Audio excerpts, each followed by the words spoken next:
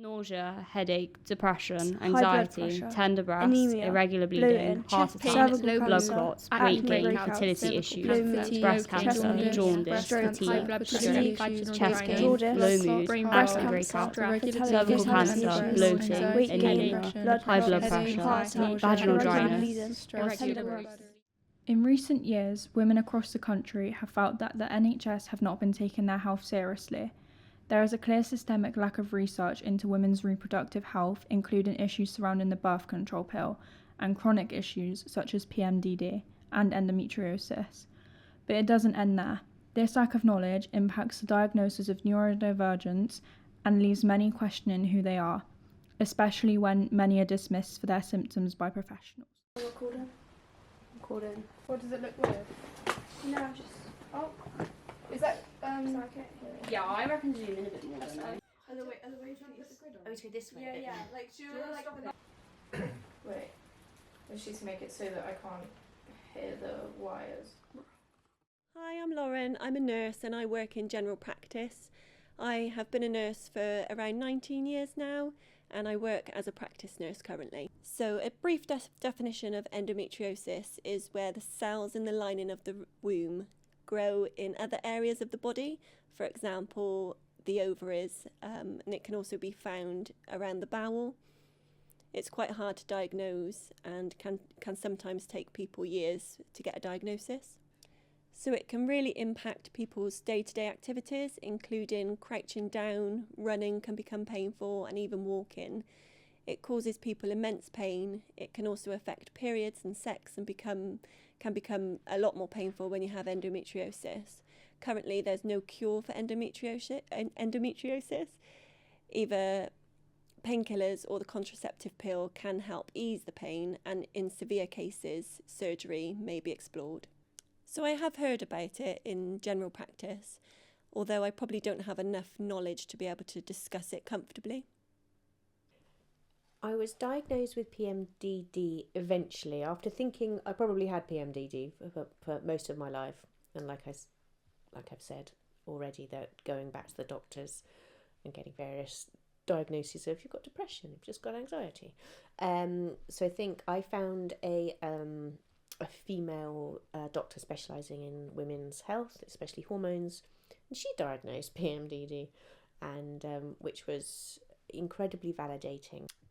When I was 19 as a student at university, I can definitely pinpoint back to that time when I first went to doctors with some health concerns and was misdiagnosed with endometriosis. I thought I had endometriosis, and he said, yeah, I agree with you. So he tried me on about 6 months of hormone tablets, went back to the hospital 6 months later for a checkup, was told, we now need to increase the dosage. As I was leaving the hospital, a nurse comes running down the corridor into a room.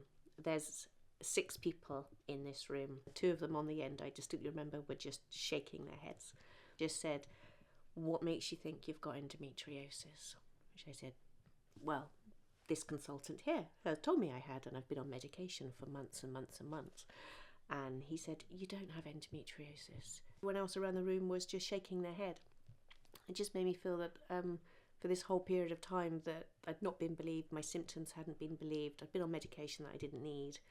And the fact that there were so many of them in the room, now I realise, I didn't as a 19-year-old, that was probably negligence on their part, and they were trying to dismiss the fact that, they were trying to put it all on me. Left the room, and that was that. That was my first introduction into sort of hormony women's problems. There's been plenty of times in my life where I think symptoms have not been taken seriously. Most notably, probably about 10 years ago, and I turned 40, started experiencing anxiety in the middle of the night, which I'd never ever had before. Really, really low mood, exhaustion, the typical symptoms that we now associate with perimenopause. Several doctors, and was told, the first doctor I saw was a man, and just sort of shrugged his shoulders and said, you just sound like my wife. It's just one of those things. Or another doctor, and a female actually, and she just said, it's just, you just gotta crack on with it. It's just part of being a woman. But the overwhelming thing I was hearing from people was that you have anxiety. Even though I knew that I'd never had anxiety previously. At the time, I didn't have anything to feel particularly anxious about. And I was waking up in the middle of the night with my heart racing, to do with estrogen, cortisol levels that dip in the early hours. And I didn't know this, so I was prescribed anxiety medication and many a times antidepressants. And yeah, like I know now that would have been just the start of perimenopause, and hormone replacement therapy should have been offered but wasn't. Without doubt affected my relationships. If I knew 10 years ago what I know now, I would still be with my ex-husband, without doubt. That's more to do with just a complete lack of understanding on both our parts. I didn't know what I was experiencing when I hit 40, other than generally just feeling so incredibly down. Doctors had told me it's just depression, or it's just being a woman of a certain age. And a husband who was very solutions focused, giving me books on managing depression. Because if you think we don't talk about hormone health now, we certainly didn't 10 years ago. So it just wasn't something that we talked about. So I think, ultimately, due to misunderstanding on both parts, contributed to my marriage collapse. Statistically, women are not accurately diagnosed with neurodivergent until their mid to late 20s, whereas men are usually diagnosed between the ages of 11 and 15. This mostly comes down to stereotypes being imposed on women who present very different traits, leaving a lot of women either misdiagnosed or not even considered for a neurodivergent diagnosis. So I think historically most of the research that's been done has been on males, so a lot of neurodivergent traits that appear in women aren't as commonly acknowledged, making the diagnosis process a lot more longer and difficult to present evidence for. We also explored how gender-specific health concerns and neurodivergence can have an effect on the people who surround you day to day. We researched the extent of how issues such as endometriosis can impact relationships. So my name's Tristan Mayrick. At the moment, I'm a senior support coordinator for a company called Home Group, which means I run a housing project for temporary emergency homeless people. I've been with my partner Tina for nearly 10 years. Well, it doesn't affect me physically, so I definitely get the better end of the deal out of that. I think the hardest thing for me is watching someone that you love in so much pain and just being able to do just very little about it. When me and Tina first got together, I really didn't know what endo was. I was quite ignorant of it, really. But I had to learn quite quickly on the job because of the pain Tina would be in. I feel pretty helpless with it a lot of the time because there's just nothing I can do. I've tried rubbing her back and small things to try and make her feel a bit better. But, you know, anyone who knows what endo knows that those things don't really help. From a practical sense, when Tina's bad, when her endo's particularly bad, it means I have to pick up the slack with everything else. Again, though, you know, I still feel like I got a better end of the deal with all that. But which will mean that I have to completely look after our son. I have to do the housework, cook the dinner, everything like that. So it's got big implications that way. But I say that the biggest thing for me, the hardest thing, is just feeling helpless and just watching someone you love just being in that much pain and just not being able to do anything about it. A lot. So Tina has ADHD and I have OCD. So it's almost like we're a sitcom in the making, really. So my OCD revolves around keeping things tidy, which totally counteracts Tina's ADHD. So we've had to try and find a happy place between the two. Whereas I'll tidy up her mess, but I won't tell her about it. She'll put up with my overcleanliness and she won't moan about it. So we've had to kind of like reach those things together. We've also had to understand each other's understand each other's neurodiversity as well.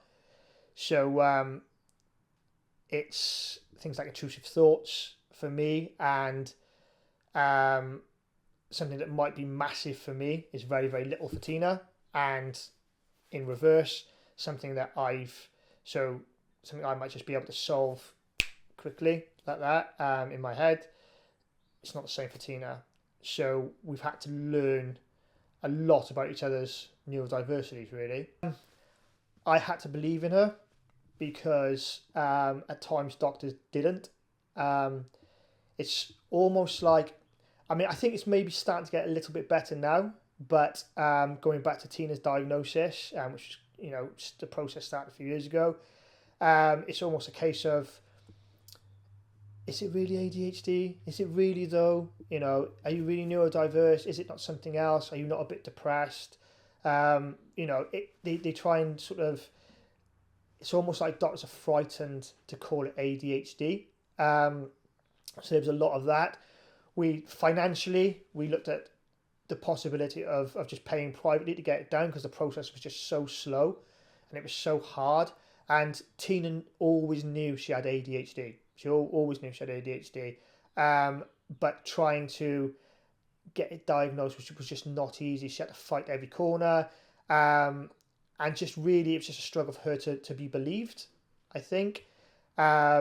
Because it's easy to dismiss it as laziness or messiness or tardiness or whatever.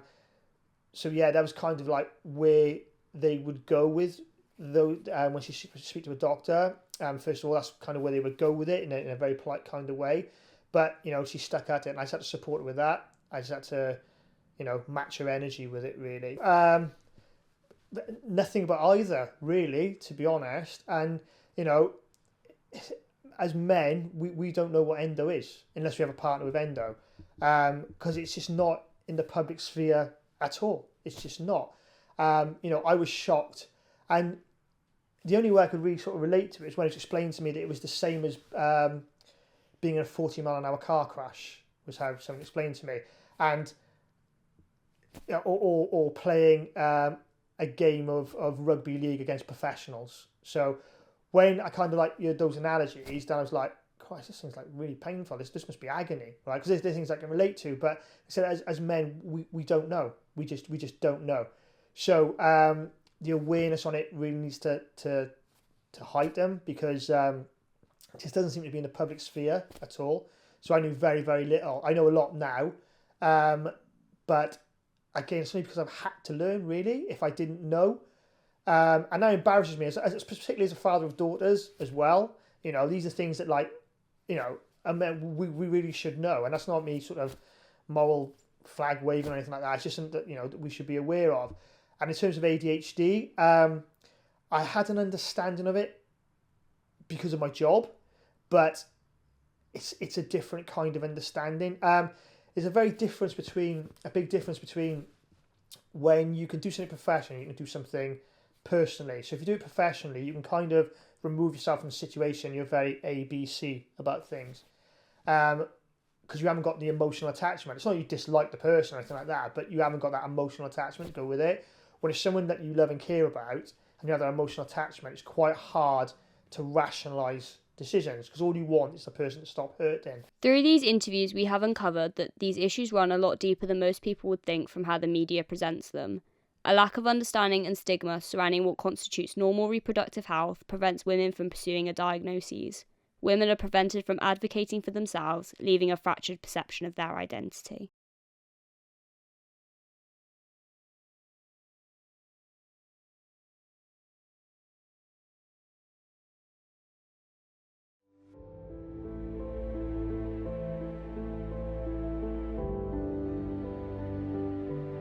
Listen, motherfuckers, listen.